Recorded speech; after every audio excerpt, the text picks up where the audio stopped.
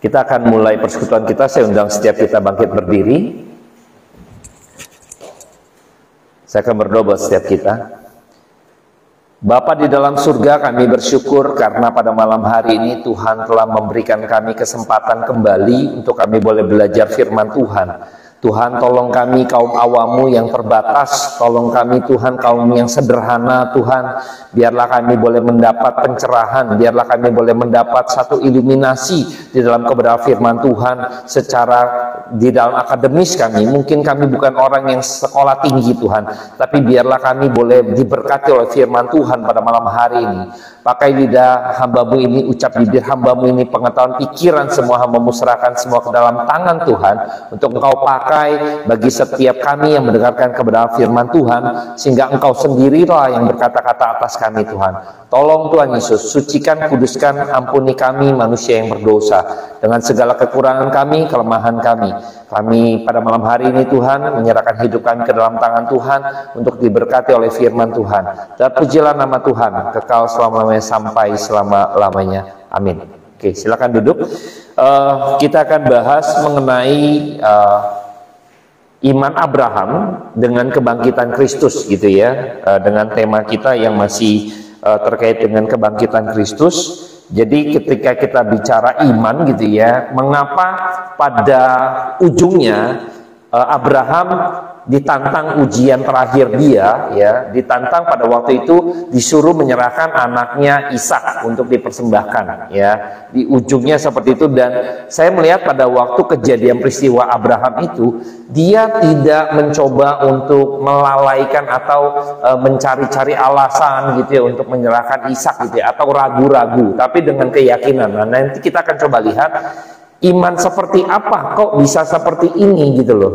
Abraham begitu rupa gitu ya. Yang kita akan lihat bahwa tahu peristiwa Abraham ya, kita akan coba lihat di dalam saksi iman dulu. Saya ajak kita buka dalam Ibrani 11 ya, Ibrani 11 ayat ke-8. Kita akan coba lihat hal-hal penting sebelum nanti masuk ke puncaknya ujian Abraham yang terakhir, yaitu mempersembahkan Ishak ya. Oke. Ibrani 11 ayat 8 ya, di Ibrani 11 ayat 8 sampai 10. Nanti kita coba akan lihat dulu beberapa poin iman Abraham ya, mengenal Allah yang hidup ya. Kita akan slice by slice gitu ya, kupas bawang sedikit ya. Ibrani 11 ayat 8 sampai 10.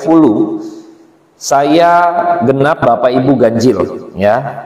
Karena iman Abraham taat ketika ia dipanggil untuk berangkat ke negeri yang akan diterimanya menjadi milik pusakanya, lalu ia berangkat dengan tidak mengetahui tempat yang ia tuju.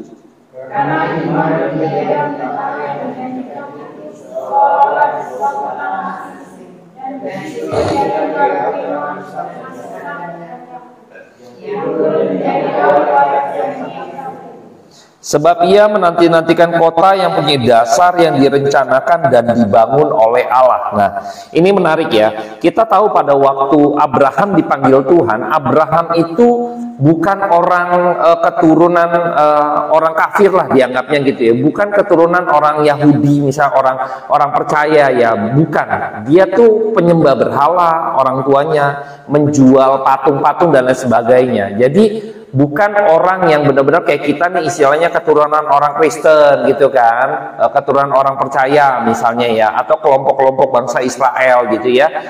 Tidak demikian. Jadi Abraham itu dipanggil Tuhan itu benar-benar berdasarkan anugerah Tuhan saja.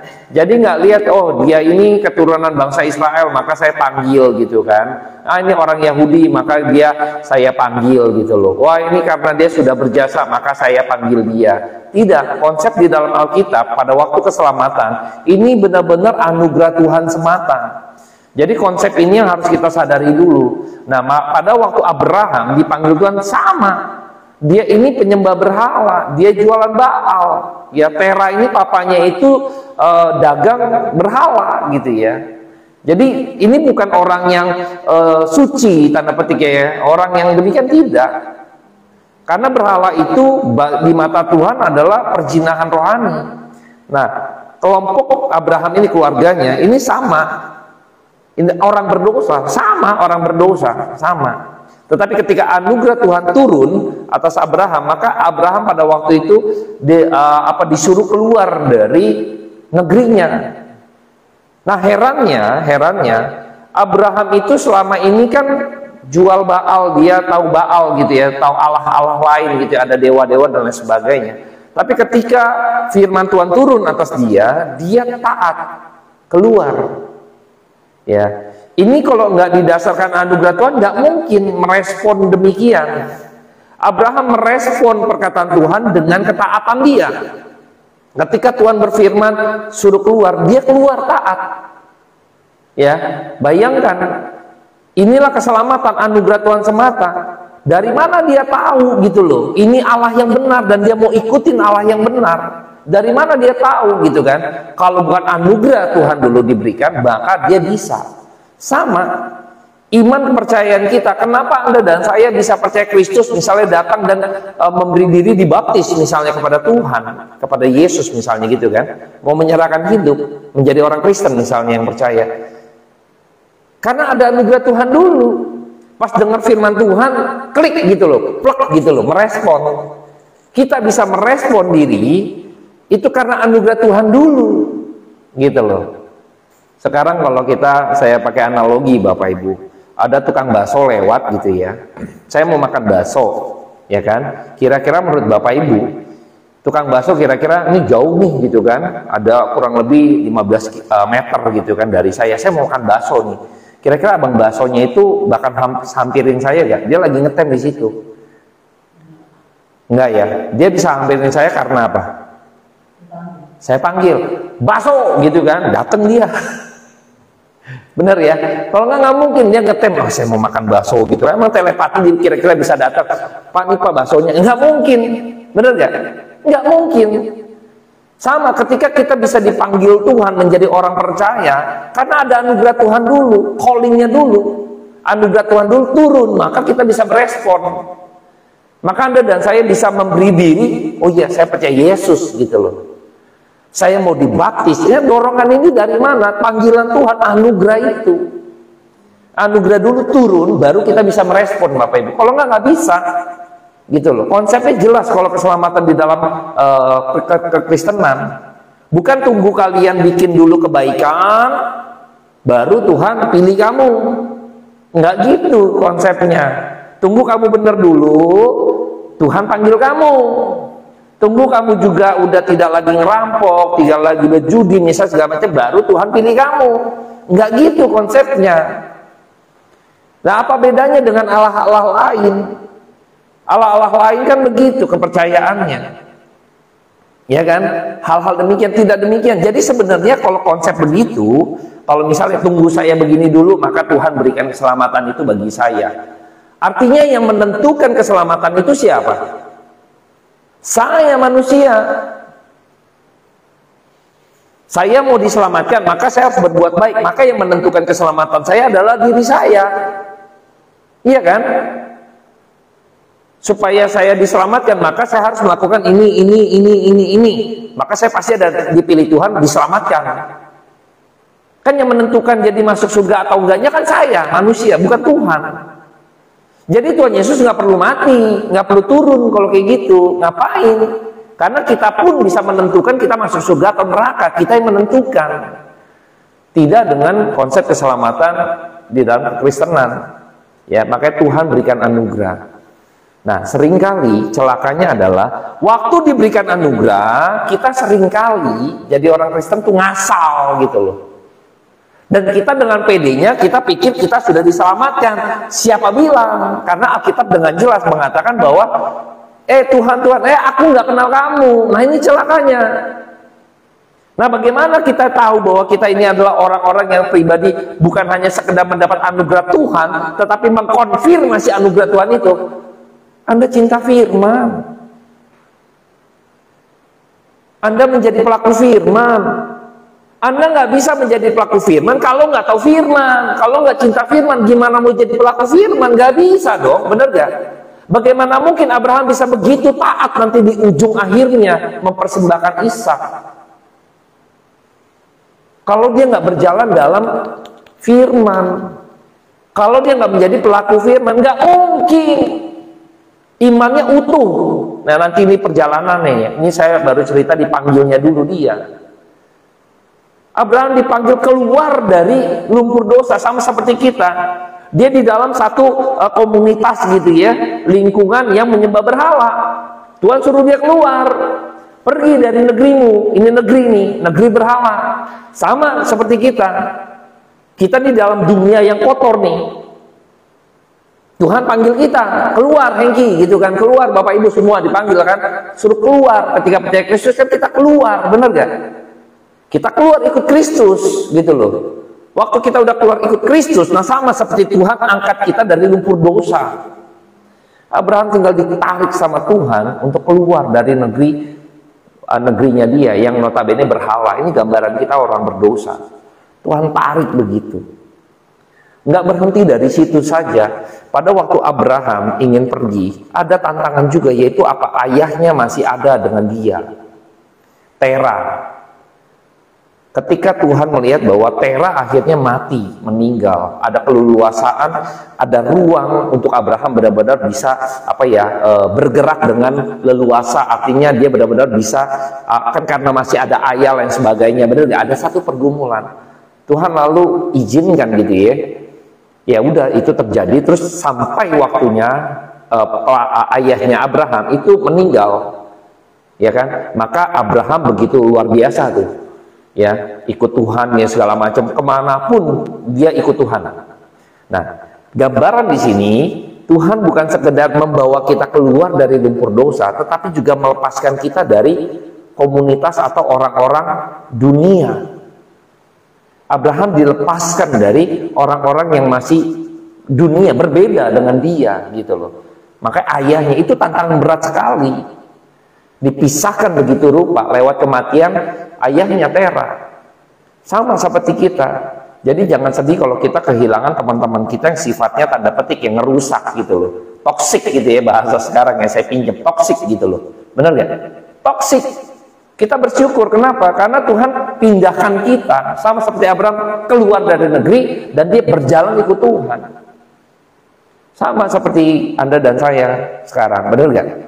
Kan mungkin kalau tadi barusan saya pada waktu lewatin gitu ya, sekarang kok banyak kafe ya, perkembangan gitu ya, pas sudah masa Covid gitu kan. Kafe-kafe sekarang Covid-nya banyak gitu ya. Rame itu banyak gitu kan, lagi musim lah bijamo, saya bilang gitu kan. Ini bayangkan orang malam minggu biasanya nongkrong gitu kan, kita nongkrongnya lain Bapak Ibu, benar ya, asik ya. Asik Pak, nongkrongnya beda Pak. Nah ini yang saya rindukan juga, bahwa saya berpikir kemarin waktu Jumat berdoa gitu ya, ada tim doa kan, saya hanya berpikir kok orang lain mau buang waktu misalnya 2 jam 3 jam gitu ya, kalau kita malam mingguan ya nongkrong ngopi atau misalnya nongki lah apa bahasanya lah, sosialita ngumpul gitu kan, ibu-ibu ngerumpi misalnya, itu bahan nggak habis-habis tuh, 2 jam 3 jam juga betah gitu kan. Padahal sesungguhnya apa ya yang dibicarain tuh yang bolak-balik muter-muter itu aja gitu kan. Iya sia-sia misalnya gitu ya Bu ya. Bayangkan gitu ya, kok kita nggak ada kerinduan. Saya rindu gitu loh, kita ngobrol sesuatu yang sifatnya kekal. Ini kan firman Tuhan yang saya bicarakan kan sifatnya kekal. Ini menyangkut keselamatan Bapak Ibu dan saya. Ini menyangkut jiwa kita yang sifatnya kekal di hadapan Tuhan, bener ya? Yang nanti kita akan bertanggung jawab di hadapan Tuhan, bener gak? Kok kita luangin waktu aja susah setengah mati ya? Tapi saya bersyukur Bapak Ibu ya, kita bisa kumpul sampai sejauh ini dengan tantangan kita, ya masih mau datang gitu segala macam gitu ya, masih mau setia. Saya mau kembangkan ini gitu ya. Yuk kita coba cari teman-teman kita ya kan, daripada dia ngaur ngidul gitu ya, nggak ada juntrungan. Yuk kita kumpul gitu kan, bawa mereka untuk mereka tahu. Apalagi banyak orang-orang Kristen yang sebenarnya mereka pikir saya sudah tahu firman lah, setiap minggu juga dengar firman Tuhan, nggak perlu lagi lah Pak belajar firman Tuhan, kita kaum awam ngapain sih tahu Abraham terus apa gitu kan. Kadang gitu ya, bicara sejarah Mesir ya kan, Pak Engki ngomongin Musa gitu kan, ini nggak ada relevansinya nih, bicara Tua 1:10 ya kan, aduh Pak pusing mumet misalnya seperti itu. Tidak Bapak Ibu, karena kita seringkali lupa, kita nganggap ini seperti buku 2 dimensi, artinya terbatas. Baca saya tahu selesai. Enggak, di balik itu ada konsep. Oh, jadi kita tahu. Tadi contoh yang saya terangkan, peristiwa Abraham membuat gambaran konsep keselamatan kita di hadapan Tuhan. Oh gini ya. Makin bersyukur kita di hadapan Tuhan, bukan karena saya berbuat baik, bukan karena saya suka memberikan sumbangan, bukan karena saya sering melakukan sesuatu yang baik buat tetangga saya, kan gitu kan? Jadi konsepnya beda. Jadi kita bersyukurnya juga beda. Apakah kita tidak boleh berbuat baik? Justru harus. Tapi cara kita berpikir harus berbeda. Saya karena sudah diselamatkan, gitu ya, maka saya mengkonfirmasi keselamatan itu. Saya mendapat anugerah daripada Tuhan, mengkonfirmasi mendapat anugerah Tuhan itu. Saya melakukannya kepada manusia, mengasihi Tuhan seperti mengasihi manusia. Jangan dibalik, saya mengasihi manusia, tetangga saya, orang kiri kanan saya, memberi sumbang bagi mereka, supaya saya mendapat perkenan di hadapan Tuhan. Ini terbalik. Iya kan? Kalau terbalik kita tersesat selama ini. Makanya gak heran nanti waktu di hadapan pengadilan terakhir, aku gak kenal kamu. Padahal kita bilang, Tuhan, aku yang sering memberikan sumbangan buat kiri kanan saya. Nah ini kan konsepnya salah berarti selama ini. Kenal Yesus, Yesus yang mana gitu ya, seringkali dibilang gitu ya. Yesus yang mana nih yang kamu kenal selama ini di dalam gereja, di dalam pembelajaran firman misalnya gitu ya. Yang nggak belajar, kita taunya denger aja, dibodohin juga iya, ya oh gitu ya, oh gitu ya, oh gitu ya. Kita nggak demikian ya. Abraham begitu rupa sampai bisa sampai finalnya demikian ya. Nah, bukan berhenti di situ saya. Tadi di Abraham dikatakan menantikan kota yang dibangun Tuhan. Ini bicara future Bapak Ibu, bukan bicara yang sekarang saat ini. Bayangkan, mata rohani Abraham tidak melihat yang saat ini. Di tanah misalnya Kanaan yang dijanjikan di negeri orang asing, dia juga nggak tahu, bener gak? Tapi yang dinantikan Abraham sebenarnya adalah itu yang akan datang, itu surgawi, kota yang dibangun Tuhan, Yerusalem baru, ya kan istilahnya. Itu yang dinantikan Tuhan. Tuhan Yesus pernah singgung, Abraham sudah bersuka cita di sana. Coba kita lihat dulu ya, tengok ya. Saya sudah tandakan gitu ya. Coba kita buka dalam Yohanes 8. Kita kutip saja ayat ke-56. Yohanes 8 ayat ke-56. Kita baca bersama-sama. Ya. Yohanes 8 ayat 56. Oke, sudah dapat, kita baca bersama-sama. 1, 2, 3. Abraham, bapamu bersuka cita bahwa ia akan melihat hariku, dan ia telah melihatnya dan ia bersuka cita. Bayangkan, future.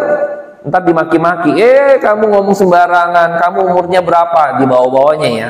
Saya nggak bahas mengenai perseteruan antara Tuhan Yesus menjelaskan mengenai Abraham. Tapi Abraham itu dikatakan tadi, saya kutip kembali Ibrani 11 ayatnya yang ke-10, sebab ia menanti-nantikan kota yang punya dasar yang direncanakan dibangun oleh Allah.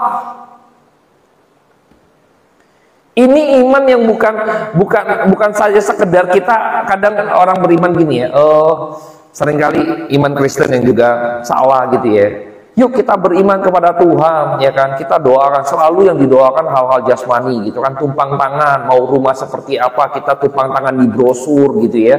Saya pernah cerita gitu ya, yang lalu juga saya pernah demikian gitu kan. Selalu hal orientasinya adalah yang kelihatan. Gak pernah mikirkan bagaimana saya mendandani diri saya, apakah saya berkenan di hadapan Tuhan. Nggak pernah memikirkan perkara-perkara pekerjaan Tuhan, pelayanan Tuhan. Kita selalu mikirin gitu kan, gimana supaya bisnis makin besar, doakan saya Pak. Datang ke pendeta gitu kan, Pak saya baru buka cabang baru, doakan saya Pak. Nggak salah didoakan. Kalau terus orientasi hal-hal demikian gitu ya, celaka Bapak Ibu. Iman kita tuh belum bisa melihat yang nggak kelihatan tadi, yaitu apa? Hal-hal rohani yang besar. Orang yang memiliki iman yang benar gitu ya, dia akan melihat hal-hal rohani yang besar, yang akan didahulukan itu dulu. Abraham pada waktu keluar dia nggak tahu negeri mana yang dijanjikan. Anda dan saya nggak mau, yuk ikut saya yuk, pergi kemana? Pergi kemana sih? Nggak tahu, ayo pokoknya lu ikut. Nggak mau pasti. Nggak jelas loh, mau pergi kemana, ya kan? Mau pergi kemana gitu loh. Tapi Abraham ikut karena dia tahu dia pergi sama siapa. Itu penting Bapak Ibu ya. Saya diajak pergi gitu kan sama beliau ya Pak Yohanes ya. Saya mau aja gitu kan, kemarin nggak tahu mau kemana gitu loh. Tapi saya tahu karena saya tahu saya pergi sama siapa. Kalau Bapak Ibu diajak pergi nggak tahu diajak pergi sama siapa, nggak mau ya, benar ya. Kalau kenal gitu kan, pasti mau ya, benar gak Kojo? Yuk Kojo ikut yuk, pasti mau, ngerti gak? Karena tahu, kenal, gue pergi sama siapa. Kalau kita nggak tahu, kita nggak bakalan mau Bapak Ibu. Makanya kita harus kenal dulu. Iman Abraham bisa melihat jauh ke sana, bukan sesuatu yang ada di sini, tapi yang ada di sana. Itulah iman kekristenan yang harusnya kita celik di situ gitu loh. Celik di situ. Bukan sekedar kita sudah berpisah dari dunia, kita sudah dipisahkan dari orang-orang yang mungkin toksik segala macam, tetapi kita diarahkan hidup kita kejar yang di sana gitu loh. Kejar yang di sana, jangan yang di sini. Kita seringkali masuk ke Kristenan karena diiming-imingi, tanda petik ya, banyak orang diiming-imingi gitu kan. Wah nanti lu bangkrut bisa survive, bisa diberkati Tuhan, sakit bisa disembuhkan. Wah banyak orang jualan begitu kan, supaya dapat jemaat misalnya, yuk bawa yuk KKR kesembuhan. Bukan salah ya, saya sekali lagi bukan orang yang anti dengan kesembuhan. Banyak hal di dalam kehidupan saya mukjizat terjadi secara jasmani, banyak hal terjadi juga.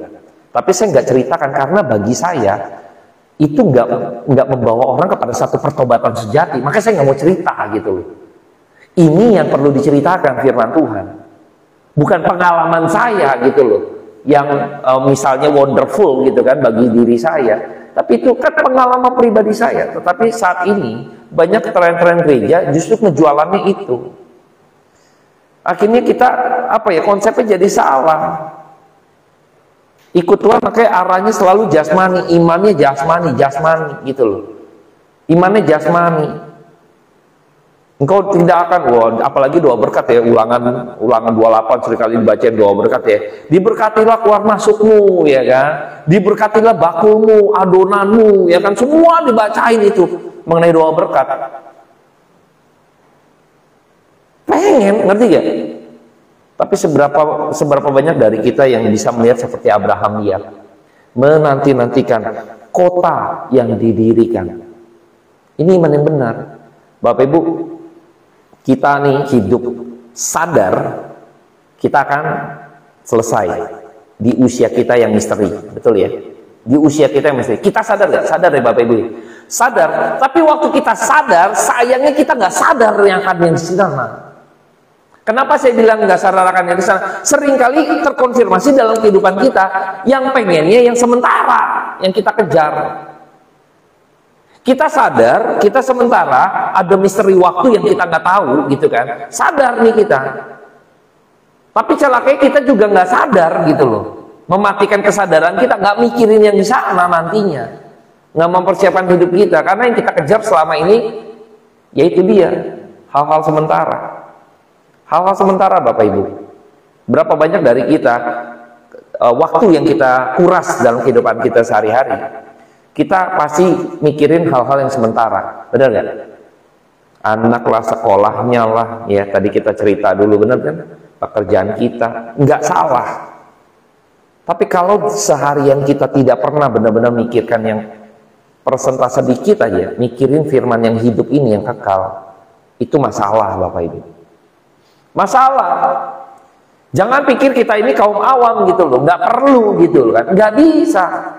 Kalau kita sediakan waktu kita untuk mikirkan yang sifatnya kekal ini, karena waktu kita jalankan aspek jasmani kita, tetapi karena nilainya ini kita tahu mengenai kebenaran firman Tuhan, maka seluruh aspek kita berkenan di hadapan Tuhan.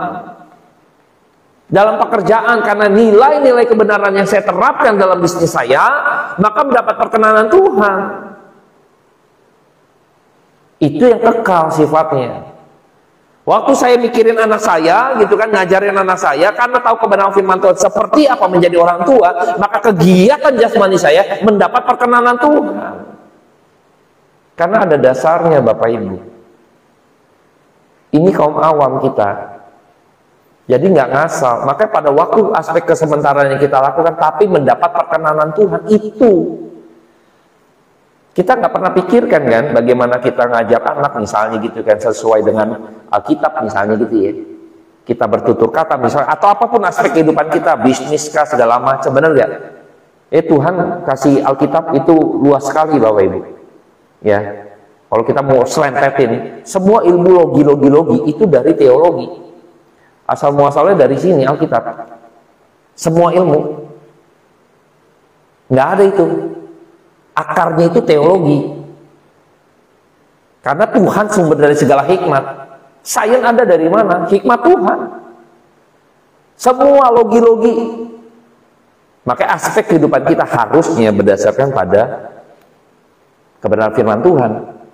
Ya, kita harus berani membongkar diri kita untuk membiasakan mikirin hal-hal yang demikian, Bapak Ibu. Mau belajar firman, gimana ya segala macam. Saya juga bukan orang yang pintar, bukan seorang profesor gitu ya segala macam, bukan. Sama dari kaum awam saya belajar. Bedanya kan begitu. Bapak Ibu tinggal dengar misalnya gitu ya. Kalau ada pergumulan segala macam ini kita sama-sama pecahkan segala macam, bener nggak? Kita diskusikan nggak masalah, tapi kita luangkan waktu. Masalahnya kita nggak mau luangkan waktu untuk benar-benar belajar firman, karena kita pikir ini apaan, bukan urusan saya, tapi justru firman yang sifatnya kekal, yang berurusan nanti dengan kota baru, ini Yerusalem baru yang akan ke sana, surga. Kita nggak pernah mikirkan. Bayangkan ya Bapak Ibu ya.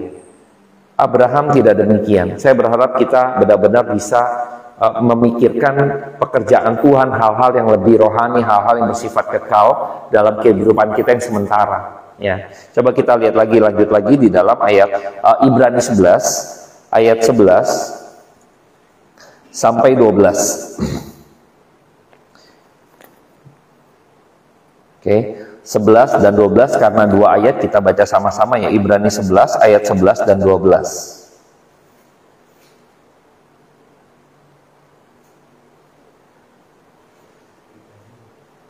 Ibrani 11 ayat 11 dan 12.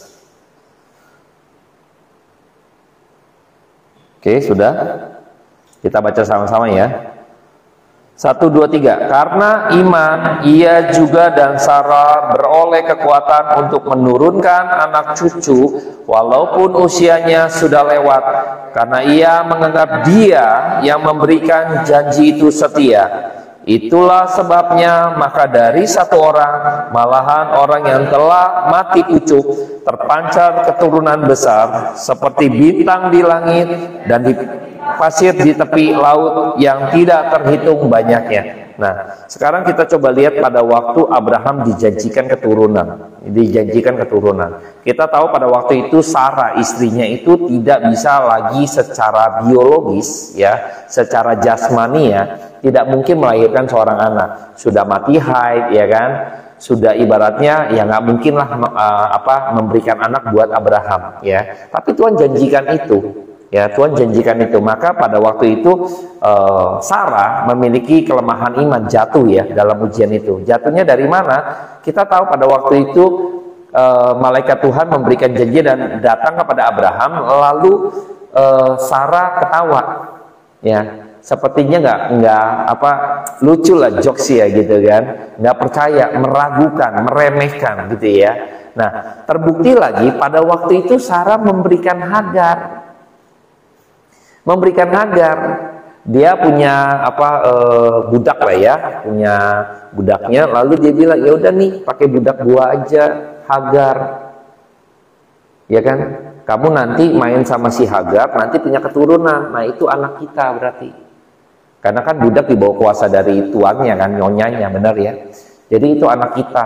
Bayangkan Tuhan nggak bilang dari Hagar, dari Sarah.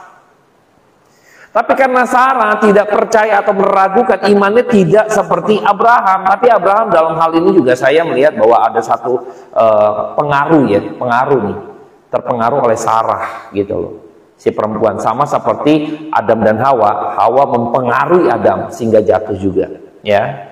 Tapi pada waktu itu Tuhan juga melihat gitu, ada keterbatasan manusia. Abraham bukan superhero gitu loh. Bukan orang yang superman yang hebat gitu, tidak, nggak sempurna. Tetapi dalam perjalanannya gitu kan, dia pun imannya diuji terus. Tapi pada waktu itu Tuhan izinkan hal itu terjadi untuk membuktikan pada setiap kita, Bapak Ibu ya, sadar nih. Nanti ada muncul antara keturunan Hagar dan keturunan Sarah. Saya percaya Tuhan izinkan ini karena nanti ada bicara antara keturunan Hagar dan Sarah. Saya sudah pernah bikin konten ini gitu ya di YouTube channel saya gitu ya. Saya nggak bahas di sini. Saya udah bikin itu. Tuhan izinkan ada peristiwa itu karena mau menggambarkan nanti antara umat pilihan dan bukan pilihan Tuhan. Oh, itu panjang nanti dijelaskan. Kembali ke Sarah dan Hagar ya. Sarah dan Abraham. Pada waktu itu juga Abraham akhirnya terjadi pada waktu dia melihat ini yang nggak mungkin, tetapi Abraham, dia yang setia mendapat kekuatan baru, tetap pegang janji itu, bayangkan, dia nggak peduli yang Hagar, dia tetap bisa melakukan hubungan seks atau apa gitu kan dengan Sarah, akhirnya terjadi kan gitu kan, terjadi. Kenapa? Karena dari situ kita lihat bahwa Abraham tetap memegang janji setia Tuhan. Dan ketika terjadi, nah di sini kita lihat ya, iman Abraham, Allah dia percaya adalah Allah yang menjadikan segala sesuatu dari yang tidak ada menjadi ada. Ya kan? Tidak ada nih, rahimnya kosong. Tiba-tiba ada anak. Ini kayak penciptaan Bapak Ibu. Langit, bumi pada waktu itu belum ada, ya kan, kejadian pertama, ya kan? Masih kosong, bener nggak? Gulap gulita, ya kan? Maka roh Allah melayang-layang di udara, gitu kan? Di atas, ya kan? Lalu berfirmanlah, jadilah terang, terang itu jadi. Kehidupan Bapak Ibu. Rahim yang kosong. Tidak ada apa-apanya, tidak mungkin ada satu kelahiran, tidak mungkin ada sebuah kehidupan. Tapi jadilah terang, jadi anak itu. Bayangkan Bapak Ibu. Allah yang dia lihat gitu loh. Allah yang menciptakan dari tidak ada menjadi ada. Bukan hanya sekedar menjadi ada, tidak ada menjadi ada, tetapi yang tidak mungkin menjadi mungkin. Gak mungkin punya. Secara biologi sudah nggak bisa, mati haid. Udah usia berapa Bapak Ibu? Nggak bisa. Divonis secara kemampuan manusiawi, benar gak? Tervonis sudah putus. Udah nggak bisa, nggak mungkin. Tapi yang nggak mungkin menjadi mungkin. Ini iman Abraham. Bagaimana dengan kehidupan kita? Apakah kita memandang Allah yang demikian dengan kemahakuasaan Tuhan? Saya kadang mikir gitu Bapak Ibu. Saya mikir loh, pertanyaan dari Pak Yohanes gitu ya. HFM mau dibawa kemana? Pergumulan itu sampai hari ini. Waktu kemarin doa, kakak nggak ikut ya kemarin ya, cuma biasa ikut. Itu saya lempar ke mereka. Saya ditanya gini, coba minta pandangannya gitu ya.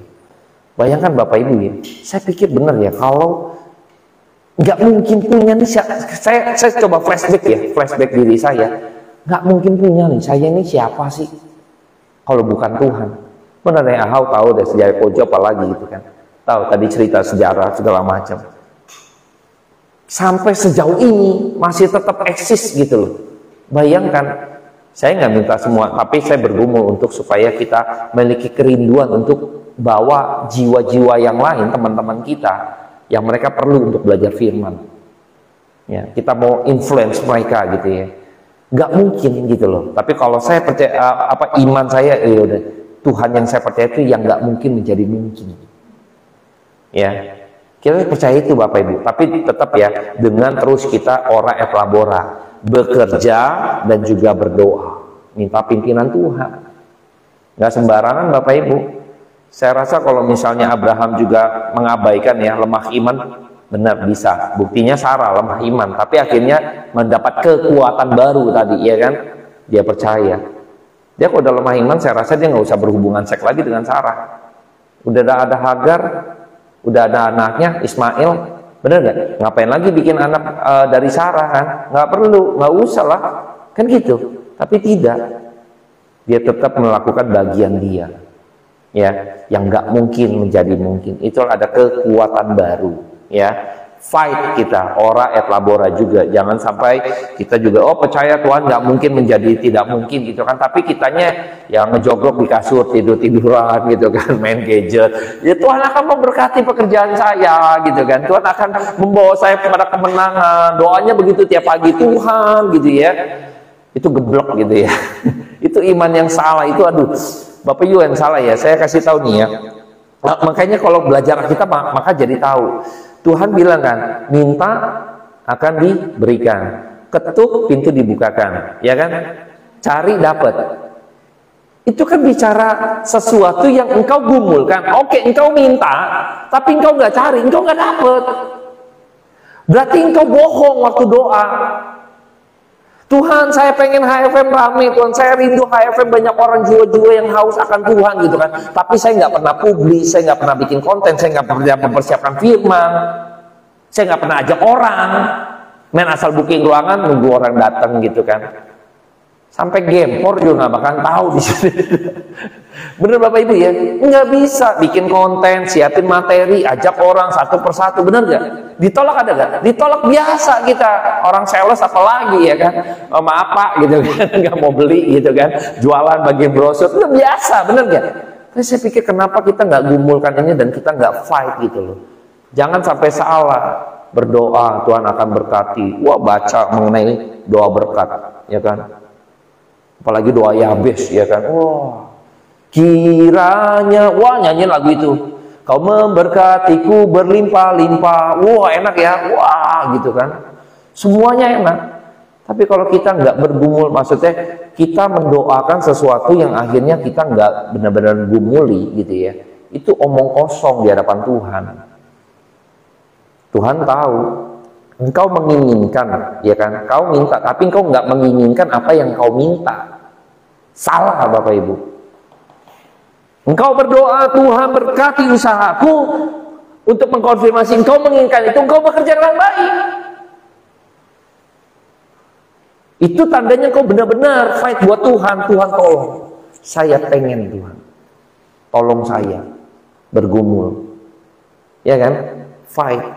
Wah nanti kalau bicara pergumulan Bapak Ibu, ini seru, nanti Yakub bergulat dengan Tuhan. Wah ini saya juga udah coba untuk mempersiapkan itu ya, wrestling with God gitu ya, bergulat dengan Tuhan gitu ya. Malaikat Tuhan, Yakub ya, pangkal pahanya dihajar. Wah itu pergumulan luar biasa ya, ntar kita bahas di lain waktu ya.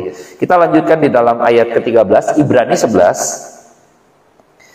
Ayat ke-13 sampai ayat yang ke-16, silih berganti saya akan baca yang ganjil, Bapak Ibu yang genap ya. Ibrani 11 ayat 13 sampai 16. Dalam iman mereka semua ini telah mati sebagai orang-orang yang tidak memperoleh apa yang dijanjikan itu, tetapi yang hanya dari jauh melambainya dan melambai-lambai kepadanya, dan yang mengakui bahwa mereka adalah orang asing dan pendatang di bumi ini.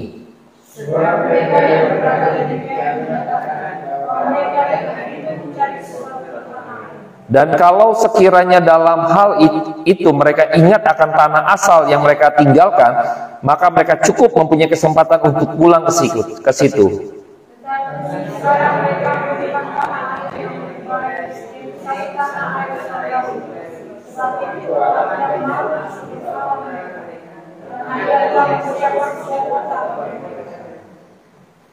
Kita pernah gak mikirin kayak gitu tuh? Saksi iman tuh Bapak Ibu. Ya kadang saya udah ngukur waktu saya gitu ya. Ini karena mati misteri dong. Tapi pertanyaannya adalah pada waktu nanti kita di hadapan Tuhan, di masanya Tuhan, ketika kita mati nanti, kan Tuhan tanya, engkau bawa apa? Tuhan minta sama seperti perumpamaan talenta, seperti perumpamaan 1 dinar, masing-masing semua dikasih 1 dinar. Ada yang kasih balikin 10, balikin 5, ada yang dikubur. Tuhan tanya loh, mana dinar yang aku berikan kepadamu? Satu orang dikasih masing-masing 1 dinar, nggak ada yang nggak dikasih. Ya kan? Ada yang balikin 10, ada yang balikin 5, ada yang dikubur. Pertanyaannya waktu Tuhan tanya, kita sudah bawa berapa dinar yang Tuhan berikan buat setiap kita? Waduh, berat. Berat Bapak Ibu. Nggak gampang jadi orang Kristen. Tapi itu yang harus kita gumulkan, karena kita apa? Merindukan tanah air surgawi. Anda dan saya datang kepada Tuhan sama seperti, kan kadang lucunya gini ya, kita Natalan, Tuhan Yesus lahir gitu kan, waktu sekolah minggu ya, kita pengennya dapat kado kan, tapi kita nggak mau kasih kado buat Tuhan kan, kira-kira gitu ya, kita dididik gitu kan, memberikan yang terbaik dong buat Tuhan, bukannya kita datang ke oh nanti dapat kado ya kan. Tapi kita pernah nggak kita memberikan sesuatu buat Tuhan, Tuhan yang lahir kan gitu kan, happy birthday dia misalnya gitu kan, yang kan kita kasih. Kita punya saudara baru lahir segala macam ngerayain ya kan, wah lahiran nih selamat, kita bawa kado kan, bukan kita ngarepin nanti anak kecil lahiran ya saya dapat apa ya kan, nggak gitu kan, bener. Tapi kita bingung dalam hidup nih, pada waktu nanti nih kedatangan Kristus kedua kalinya kan kita menghadap kepada Tuhan kan, apakah kita pikirkan kita bawa apa ya buat Tuhan? Kita kan pengen yang penting gue dapat surga kan, kita gitu ya mikirnya ya. Konsep kita nih, yang penting gue dapat surga. Wah, gue pengen banget nanti dapat, kalau bisa di sebelah kanan Allah gitu kan. Bener nggak? Kita udah mikirinnya kayak gitu. Kita nggak pernah mikir, saya kasih apa buat Tuhan? Saya nih kasih apa buat Tuhan? Makanya saya selalu bilang kan, saya pernah ingetin kita semua, saya rindu bawa sesuatu buat Tuhan. Ngerti gak? Salah satunya pelayanan saya rindu itu. Saya kenapa bikin konten gitu, saya bikin konten ini cerita nih, saya buat konten ini YouTube pada waktu COVID. Kita sempat COVID, akhirnya HFM tidak ibadah semua ya, semua enggak. Lalu anak saya nyeletuk, nah ini cara Tuhan juga ya, saya juga dulu gaptek, nggak ngerti. Anak saya main YouTube, dia bikin channel. Wah, kenapa enggak channel YouTube aja? Dia bilang gitu. Oh, gimana tuh? Saya bilang. Anak saya bilang, ya udah nih channelnya buat papa, ganti itu nama saya segala macam, diurusin nama anak saya. Wah, nguploadnya celaka lagi nih, nguploadnya gimana nih? Handphone terbatas, ya kan? Memori saya. Wah, ini kalau khotbah, kalau saya nggak ngandelin medsos nih, berat Bapak Ibu, berat memori. Akhirnya singkat cerita saya kotak-atik, oh iya pakai medsos, wah udah langsung kebayang tuh di medsos, baru lempar ke YouTube gitu kan, sekarang lempar ke TikTok, Bapak Ibu bayangkan. Inilah penginjilan, Tuhan buka jalan, sekalipun dalam hal gitu kan, saya nggak boleh nih. Makanya dari sana saya tahu Tuhan buka jalan bagi penginjilan, bagi penginjilan. Karena kalau kita bergumul, Tuhan saya mau kasih apa? Tuhan akan berikan jalan. Makanya kepekaan rohani kita tuh, kita mikirin sampai situ gak? Kita nggak pernah mikirkan pekerjaan Tuhan, makanya kita mikirin diri kita sendiri, besok mau gimana segala macam, itu kita jago maintennya. Tapi pernah gak hidup kita nih maintain buat Tuhan tuh nanti kalau misalnya besok dia datang gimana? Berkenankah saya di hadapan Tuhan hidup saya? Kita nggak pernah mikirkan itu kan? Kita pikir yang penting udah percaya dan kita masuk surga. Kita nggak pernah mikirkan, makanya mempersiapkan diri hidup lebih suci, hidup lebih baik, benar gak? Ya kan? Ini kan apa ya, bergumul kita benar-benar ingin masuk ke tanah surgawi yang baru gitu loh, tanah air yang baru surgawi. Untuk mengkonfirmasi itu mempersiapkan diri dong, berdandan dong, dandan dong kita. Kita nggak serius, tapi kita pengen ke sana. Kita pengen ke sana, Bapak Ibu. Sama seperti kalau kita nih gitu ya, mau pergi nih ke pesta gitu ya. Yuk nih kita, wah itu pesta ini banget makanannya enak, yuk kita ke sana segala macam. Tapi kita nggak mempersiapkan diri kita untuk ke sana. Waktu diusir segala macam kita marah lah. Kamu nggak memantaskan, bukan maksudnya Tuhan pilih-pilih, bukan. Artinya nggak mengkonfirmasi bahwa kamu sungguh-sungguh ke sana gitu loh. Kita nggak mempersiapkan diri kalau saya serius loh, saya mau ke sana, ngerti gak? Kita datang telat, bodoh amat, ngerti gak? Tapi kita pengen diakui, ya nggak bisa dong, bener nggak? Pengen dapat ranking 1 ya, anak-anak sekolah gitu kan, wah dapat piala ya kan, yang berbakat, yang ranking gitu kan. Tapi nggak menunjukkan bahwa saya tuh apa ya, sungguh-sungguh pengen itu, pengen piala itu misalnya. Enggak, PR nggak pernah dikerjain, tugas jelek mulu, ulangan berantakan. Tapi kita bilang kita pengen itu, nggak bisa Bapak Ibu. Artinya kesungguhan kita Tuhan tahu. Tuhan tahu. Tuhan nggak bisa dipermainkan Bapak Ibu ya. Tuhan nggak bisa dipermainkan. Mungkin secara manusia kelihatannya wah hebat ya segala macam, tapi di hadapan Tuhan no. Nanti pertanggungjawabannya nanti Bapak Ibu. Oke, kita lihat di bagian akhir. Nah, ini puncaknya ya. Ibrani 17 sampai 19. Oke. Bapak Ibu, ganjil saya genap ya. Ibrani 17 sampai 19. 1, 2, 3.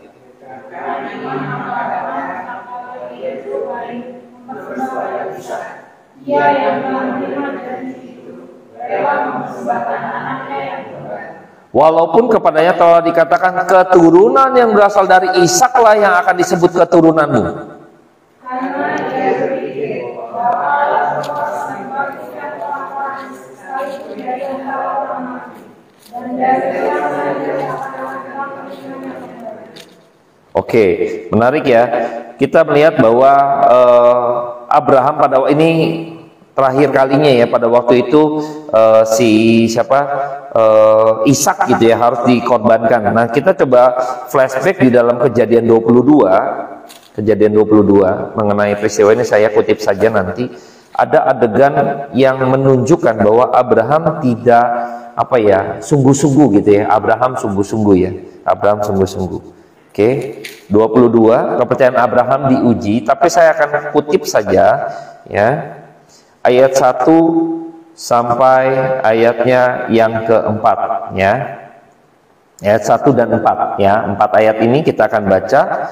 Saya ganjil, Bapak Ibu genap. Kejadian 22 ayat 1 sampai 4. Setelah semuanya itu Allah mencoba Abraham, ia berfirman kepadanya, Abraham, lalu sautnya, ya Tuhan, firman-Nya, ambillah anakmu yang tunggal itu, yang kau kasihi, yakni Ishak. Pergilah ke tanah Moria dan persembahkanlah dia di sana sebagai korban bakar pada salah satu gunung yang akan kukatakan kepadamu. Keesokan harinya pagi-pagi bangunlah Abraham, ia memasang pelana keledainya dan memanggil 2 bujangnya beserta Ishak anaknya. Ia membelah juga kayu untuk korban bakaran itu, lalu berangkatlah ia dan pergi ke tempat yang dikatakan Allah kepadanya. Ketika pada hari ketiga Abraham melayangkan pantatnya, lihatlah kepadanya tempat itu dari jauh. Abraham nggak coba menunda-nunda Bapak Ibu. Pagi-pagi dia bangun, siapin segala sesuatunya. Tuhan bilang, Ishak, bawa korban buat saya. Mau dimatiin. Kalau kita mungkin, masa sih gitu kan, kita doa sekali lagi deh ya. Apakah Ishak benar-benar Tuhan pengen? Kita bergumul lagi, masa sih Tuhan mau Ishak, kan Tuhan janjiin Ishak, nggak mungkin salah kali ya kan, Tuhan doa lagi deh. Bukan kali, bukan Ishak, Ismail atau yang lain, atau kita bangun kesiangan sengaja, aduh kesiangan. Kita lama-lama lah ngulur-ngulur waktu, ya kan? Abraham tidak. Abraham tidak demikian. Tuhan minta apa, dia langsung bergerak. Dia langsung bergerak. Apa yang mendasari itu dia mau gitu kan? Kayak tadi dia udah menerima bahwa kalau Tuhan sudah katakan berikan, walaupun dia mati nanti Tuhan akan bangkitkan. Ini bicara Tuhan yang mampu di dalam membangkitkan orang. Ini kebangkitan nih. Abraham udah percaya sampai sejauh itu Bapak Ibu. Makanya di akhir dari iman Abraham itu di Ishak. Artinya dia bukan sekedar percaya kepada Allah yang dari tidak ada menjadi ada, bukan sekedar yang tidak mungkin menjadi mungkin, tetapi adalah yang mati bisa dibangkitkan. Kebangkitan Allah yang hidup yang dia percaya Abraham. Abraham percaya kepada Allah yang hidup, Allah yang setia, Allah yang maha kuasa. Ini yang dipercaya oleh Abraham. Landasannya kuat, kebangkitan, maka Yesus mati dan bangkit, betul? Ini terkonfirmasi. Makanya Tuhan Yesus udah kenal siapa Abraham. Tadi kita baca dalam Yohanes 8 kan. Perdebatan, lu siapa? Umur lu berapa? Abraham udah berapa puluh tahun yang lalu. Wah, ini perdebatan Bapak Ibu. Tapi sudah mengenal. Abraham sudah kenal Yesus, Yesus sudah kenal Abraham seperti apa. Pertanyaannya sekarang, Allah Bapa, sudahkah kita benar-benar dikenal oleh Allah Bapa? Kita kenal Tuhan, Tuhan kenal kita gak masalahnya, ya kan? Tuhan, aku yang menyembuhkan ini loh.